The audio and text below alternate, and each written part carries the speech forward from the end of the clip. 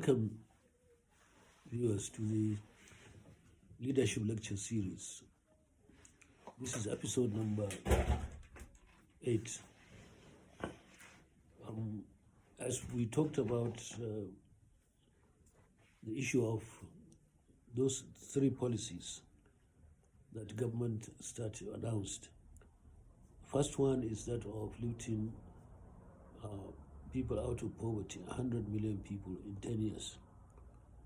If that policy had been seriously tackled, or at least in the last 2-3 years would have lifted 20 or 30 million people out of poverty. This has not been possible because the government didn't take the necessary steps. Lifting people out of poverty requires that government does its part. And we talked about this also in the previous episodes. The job of government is to ensure the context of any economy. And that context consists of so many things, some of which are the rule of law, security, all the agencies that are supposed to ensure rule of law, like the courts, the police, the EFCC, the ICPC, they should do their work. If they don't do their work, there is no way the context for the economy can be ensured. And unless the context for the economy is assured, there is no way business can thrive, there's no way business can succeed. Now, the second policy, that of shifting from oil and gas to solid minerals and agriculture, that's also a very laudable policy. The reason is because, you see, oil and gas does not employ many people. The whole oil and gas industry is not employing more than 100,000 people. But agriculture in particular employs tens of millions of people, maybe 20 or even 30 million people. Can employ even more. So shifting to it will boost employment opportunity. And it will also create wealth. And that wealth will be through people. Unlike oil and gas, it doesn't create income for government through people. It does through just those 100,000 employees.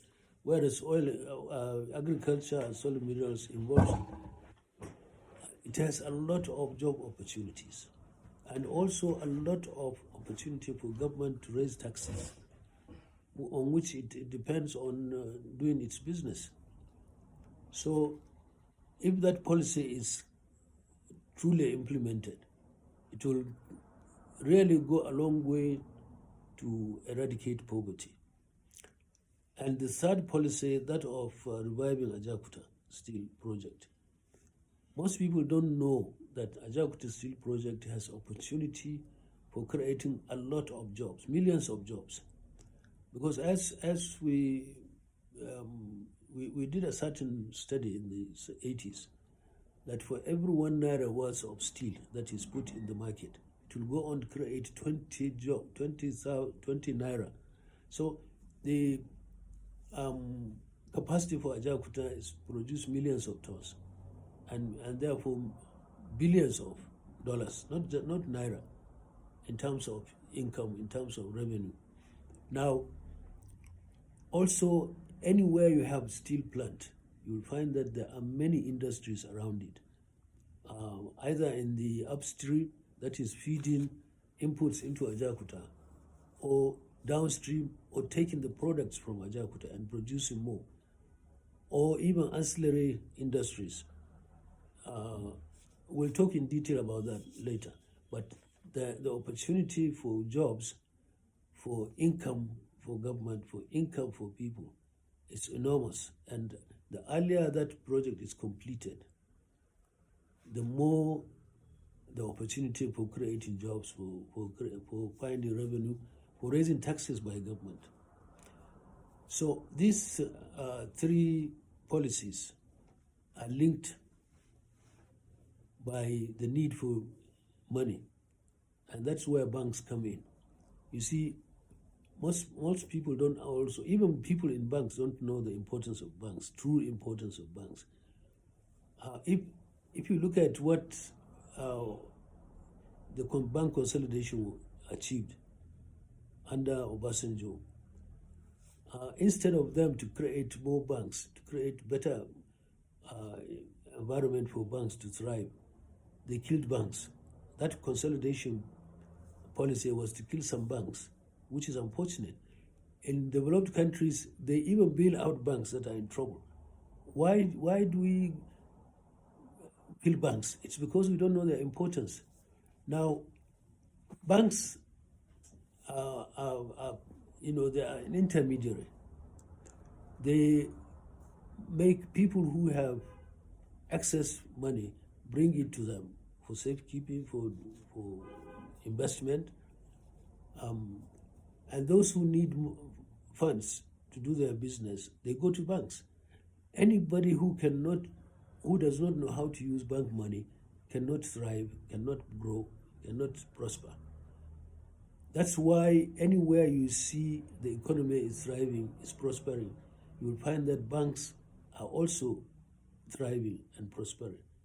And the vice versa is true. Anywhere you see banks thriving, prospering, it's because the economy is prospering, is thriving. So the importance of banks cannot be overestimated. When you look at why people are poor, it boils down to the fact that they don't know the importance of banks. Banks are important because they create money. They create money through what they call reserve requirement by central bank policy. The reserve requirement says if it's 10%, let's say they put it at 10%, it means that banks have to keep 10% of their deposits without lending it out, which means they can lend 90%. Say somebody brings 100 million to the banks, they can lend 90 million. But because when they lend the money out, or when you bring deposit to the bank, you don't take it away immediately. So they can turn around and lend it to others. And by the time they lend out that 90 million, it doesn't leave the bank. So it can be lent out, or it's lent out by banks. Therefore, this goes on and on.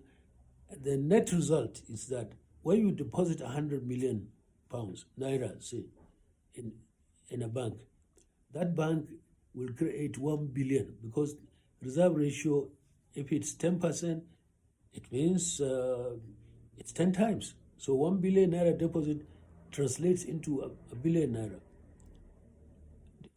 because of that reserve ratio is 10%. When it's 20%, it is 5 times. So it's the reciprocal of the reserve ratio. Now, that's how banks create money. That's why money in circulation, if most of it, if all of it in banks, let's say money in circulation is 30 billion naira, just as an example. And if all of it is in banks and the reserve ratio is 10%, that means that they can create 300 billion. So from 30 billion, they create 300 billion and so on. Now, the other thing the other role which banks play in any economy is that of leveraging profitability. Because anybody who is doing business and does not borrow money, the limit for the growth is limited. But if they know how to use bank money, they can grow. much faster because of this leverage of profitability. That's why people like Dangote, they're able to build big projects because they know how to use banks. If you look at the poor people, most people are either farmers or petty traders. But because they are limited in their capital, you find some people carrying trays as their capital, or wheelbarrow as their capital. At the best, maybe some have capital that you can put in pickup truck or even lorry.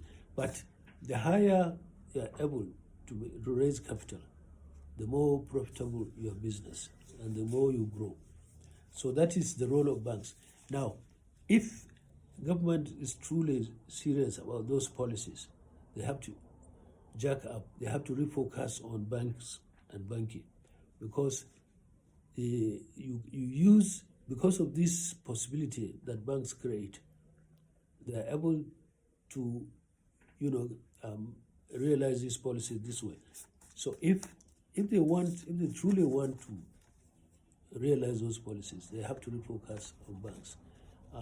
Maybe because of time, we'll leave that to the next episode, because I think we have to limit this to this. And so if you find this interesting, please indicate like if you, and also share among friends. And we will welcome any comments, because comments will tell us whether you find it interesting and whether we can improve on what we are telling you. Thank you.